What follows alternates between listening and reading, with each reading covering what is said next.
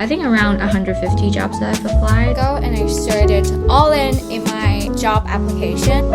I got the job.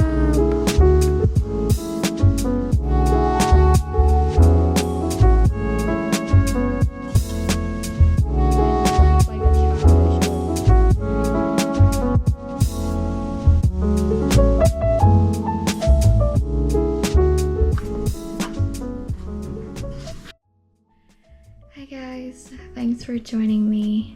The job hunting weeks are quiet. I was job hunting and trying to stay calm and sticking to the routines that makes me feel safe and grounded. Nothing dramatic. They're usually making coffee, watching movies, reading, always going back to painting as well. I didn't expect anything to change. And then this week surprised me. December miracle happens. Manifestation works. Here's kind of a December diary about my manifestation miracle.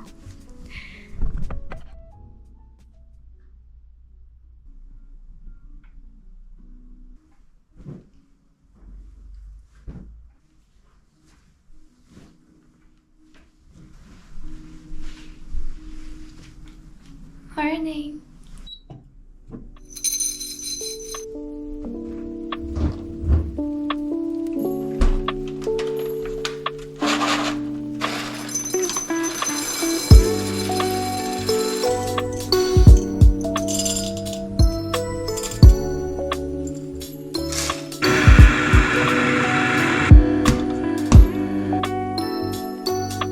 The cup of choice.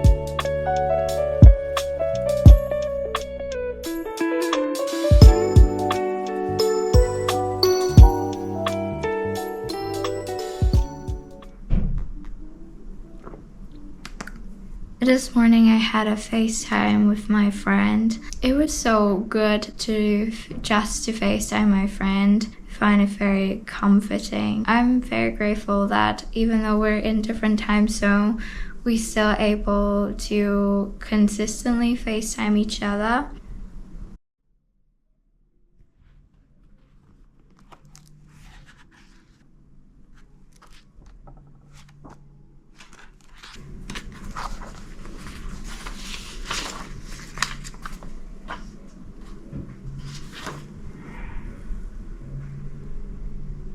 Recently, I reread Peter Pan. I think I bought this edition last year. I've never had the chance to read it again. It's just so magical. Peter Pan is my favorite childhood memories. I'm not sure have you guys watched the real life version of Peter Pan, not the recent one, but the 2001. With the illustration, it just brings everything back to life. Look at that.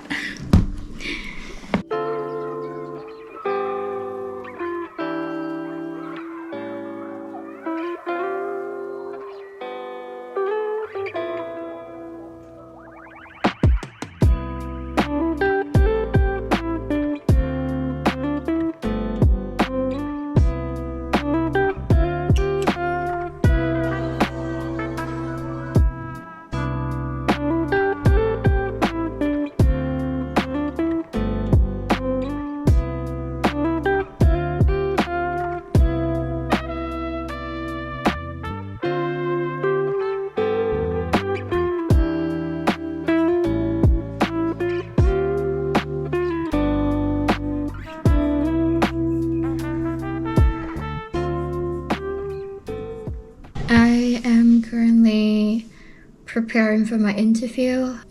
I got an interview online in an hour, so sprinkle fingers. Finding a job has officially become my part-time job over the year. I actually created a spreadsheet for my job hunting documentary. I can literally show you. The job that I first applied is in 2024, August 20th in London. So let me show you. It's not that glamorous, but all the reds means rejected.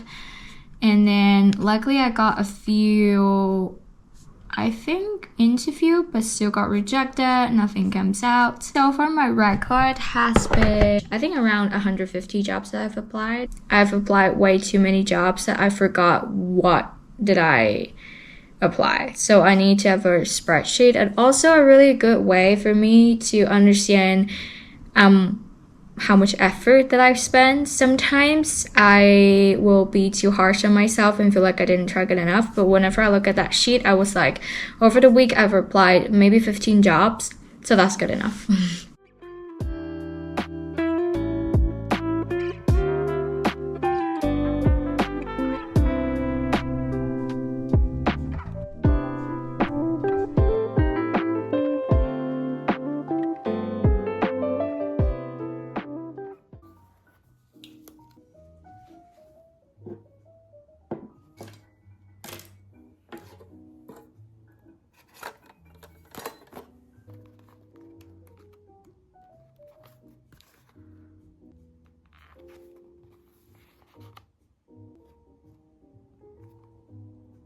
Okay,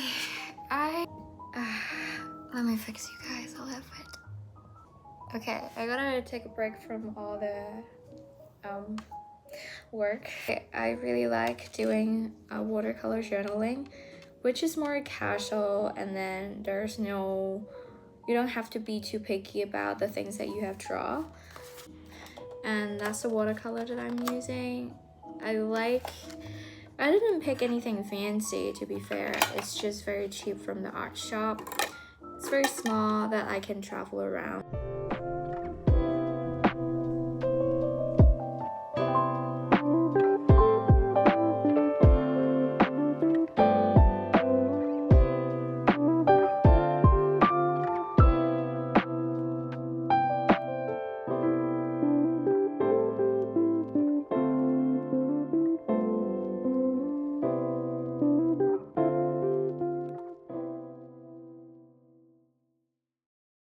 It was very fun to do the watercolor, and looking back at the photos that I took during the trips a few months ago. I mean, they don't look very detailed and kind of like a childish illustration, but I really do like them. So I did a little picture of my dog and wrote something about my trip back to Hong Kong, and then I painted the Osaka USJ. I had so much fun in the Mario Land, and also at the end I painted some fall leaves because I went to Toronto this fall to celebrate my cousin's wedding, so it looks pretty good.